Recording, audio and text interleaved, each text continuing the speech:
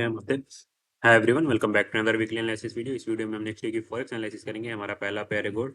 Next week gold में क्या करते हुए दिख सकता है। नेक्स्ट वीक एक्सपेक्टेड सिनेरियो ये है कि गोल्ड के लिए अभी रिसेंट H4 सप्लाई है 4570 से 4580 के जोन, और डिमांड एरिया है फर्स्ट डिमांड 440 और 460 का एरिया। तो नेक्स्ट वीक के दो सिनेरियो हो सकते हैं कि अगर इसे इस स्ट्रक्चर को फॉलो करना है और इन एरियाज को फिल करने आना है, तो ये इस जोन से इस सप्लाई को टैप करे, फिर रिजेक्शन ले तो इस डिमांड को ब्रेक कर दे और रिटेस्ट करे, तभी हमें इस जोन का लिक्विडिटी शिफ्ट करने के बाद इस एक्सट्रीम डिमांड से पुल बैक ले और इस जोन के बीच में रेंज करे। ये इसका ओवरऑल वीकली सिनेरियो हो सकता है अगर सिंपल चलता है तब। और थोड़ा कॉम्प्लेक्स सिनेरियो हो सकता है कि ये फर्स्ट डिमांड को टैप करे, उसके बाद इसे कुछ रिएक्शन मिले इस डिमांड से, फिर ये सप्लाई को फिल करे जो कि ये 4540 के एरिया आता है। उसे फिल करने के बाद ये नीचे आता है, फिर इस डिमांड को ब्रेक करता है, तब भी हमें एक्सट्रीम डिमांड के पास जाता हुआ दिख सकता है। फिर इस जोन की लिक्विडिटी शिफ्ट करे, फिर इन एरियाज के बीच में ये भी खत्म कर सकता है। ये इसका बुलिश सिनेरियो है। और बेरिश सिनेरियो और बुलिश सिनेरियो ये है कि गोल्ड इस सप्लाई को ज़्यादा बिल्डअप ना दे, डायरेक्ट इसे ब्रेकआउट कर दे मंडे को। उसके बाद डेली टाइम फ्रेम का एक ऑर्डर ब्लॉक है 4640 के जोन पे, इसे फिल करें, फिर इस जोन का रिटेस्ट करने आए। उसके बाद अगर ये रिवर्सल दिखा के ऊपर जाता है, तब ये हमें वीक खत्म होते होते 720 या 760 के जोन को फिल करते हुए दिख सकता है। ये इसका बुलिश सिनेरियो है। और अगर इस स्ट्रक्चर को फॉलो करता है, तब ये हमें 4360 के एरिया की जोन की लिक्विडिटी शिफ्ट करने के बाद 440 और 4340 के एरिया में रेंजिंग करते हुए दिख सकता है। कुछ ऐसे सब सप्लाई को रिस्पेक्ट दे, डिमांड को ब्रेक करे, फिर कुछ इस जोन की लिक्विडिटी शिफ्ट करने के बाद कुछ ऐसे रेंज कर सकता है। और अगर इस जोन में आने के बाद ये बुलिश सिनेरियो दिखाता है, तो ये हमें इस मंथ में भी बुलिश दिख सकता है, मंथली क्लोजिंग बुलिश दे सकता है। ये हैं गोल्ड के दो एक्सपेक्टेड सिनेरियो। तो जो उसको मार्क कर लीजिए और ट्रेड करिए अपने रिस्क मैनेजमेंट के साथ। अब आते हैं नेक्स्ट पेयर में जो कि है सिल्वर। तो नेक्स्ट वीक सिल्वर क्या करता है, इस एक प्रीवियस वीडियो मैंने बता रखा था कि इस जोन की लिक्विडिटी शिफ्ट करने के बाद ये वापस आएगा। फिलहाल के लिए इसने इस H4 का ऑर्डर ब्लॉक को रिस्पेक्ट किया है। इसका भी एक्सपेक्टेड सिनेरियो यही है जो गोल्ड का चल रहा है। अगर ये बुलिश होता है, तब इसके लिए ये सप्लाई बनती है 78 का एरिया, और बेरिश होता है तो ये 78 के सप्लाई को फिल करेगा, फिर ये नीचे आएगा इन जोन्स की लिक्विडिटी शिफ्ट करने जो कि 70 पे है। और इसकी कोशिश रहेगी कि इसी 70 के पास वीक खत्म हो जाए और इन्हीं इस दो जोन में ये रेंजिंग करता हुआ मिले।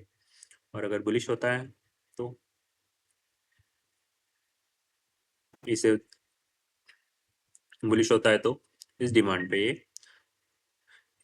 एक बार टैप करे, फिर वापस अंदर आए और इस जोन का ब्रेकआउट कर देता है वीक खत्म होते 78 के जोन का, तब ये हमें 82 के ऊपर जाता हुआ दिख सकता है। बुलिश सिनेरियो ये है कि इस जोन को टैप करे, फिर ये रिवर्सल दिखाते हुए ब्रेकआउट करते हुए ऊपर जाए। ये इसके दो एक्सपेक्टेड सिनेरियोज हैं कि इस जोन की लिक्विडिटी स्विप करने आए, इस पूरे एरिया की लिक्विडिटी स्विप करने आए नेक्स्ट वीक, या फिर बुलिश रहता है तो 82 के जोन को फिल करते हुए दिखे हमें। तो यही सिल्वर के सिनेरियोज हैं। अब आते हैं नेक्स्ट पेयर में जो कि है जीबीपी जेपीवाई। तो जीबीपी जेपीवाई मैंने कहा था कि वीक पहले इस जोन को फिल करेगा, फिर यहाँ से रिवर्सल दिखाएगा, लेकिन ये मिडवे से ही बुलिश हो गया और हमें 213 के जोन को फिल करते हुए दिख गया। तो नेक्स्ट वीक के सिनेरियोज क्या हैं कि ये या तो इस फर्स्ट डिमांड को टैप करके रिवर्सल दिखाए, तो ये हमें वीक खत्म होते होते इस फर्स्ट डिमांड को टैप करके रिवर्सल दिखा दे और वीक खत्म होते होते 215.500 के जोन को फिल करे। और अगर ये फर्स्ट डिमांड से रिस्पेक्ट नहीं दे पाती है, तो इसका एक्सट्रीम वो भी है 211 पे, तो ये आधे वीक इन जोन को फिल करने में लगा दे, उसके बाद यहाँ से रिवर्सल ले, तो ये हमें इस जोन का ब्रेकआउट स्ट्रक्चर करते हुए दिख सकता है जो कि 214.500 का जोन आता है। तो इसके दो दो सिनेरियोज हैं, ये बुलिश है नेक्स्ट वीक, और इसका मेन स्विंग लो हो जाता है 212.300 का एरिया। इसका ब्रेकआउट नहीं होना चाहिए वीक खत्म होते होते। तो इसके दो बुलिश सिनेरियो हैं, एक फर्स्ट डिमांड से ये रिस्पेक्ट देके ऊपर चला जाए, या फिर ये डिमांड के बाद ये डिमांड इससे ज़्यादा ऊपर की तरफ कंटिन्यूस मूवमेंट ना दे पाए, तो ये एक्सट्रीम डिमांड की तरफ आ जाए और इससे फिल करे, फिर यहाँ से ऊपर जाए। ये इसके दो सिनेरियोज हैं। अब आते हैं हम नेक्स्ट पेयर में जो कि CHF JPY। तो इसने भी इस जोन को फिल नहीं किया, हाफ वे में कंटिन्यूएशन ऊपर की तरफ दिखा दी। तो नेक्स्ट वीक के सिनेरियो यही है कि ये भी इस जोन को डबल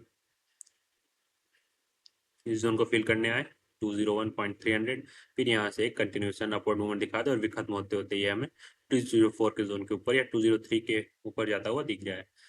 तो इसकी JPY और CHF JPY के एक्सपेक्टेड सिनेरियो सेम है। नीचे गैप्स को फिल करना है, फिर यहाँ से एक रिवर्सल दिखा दें।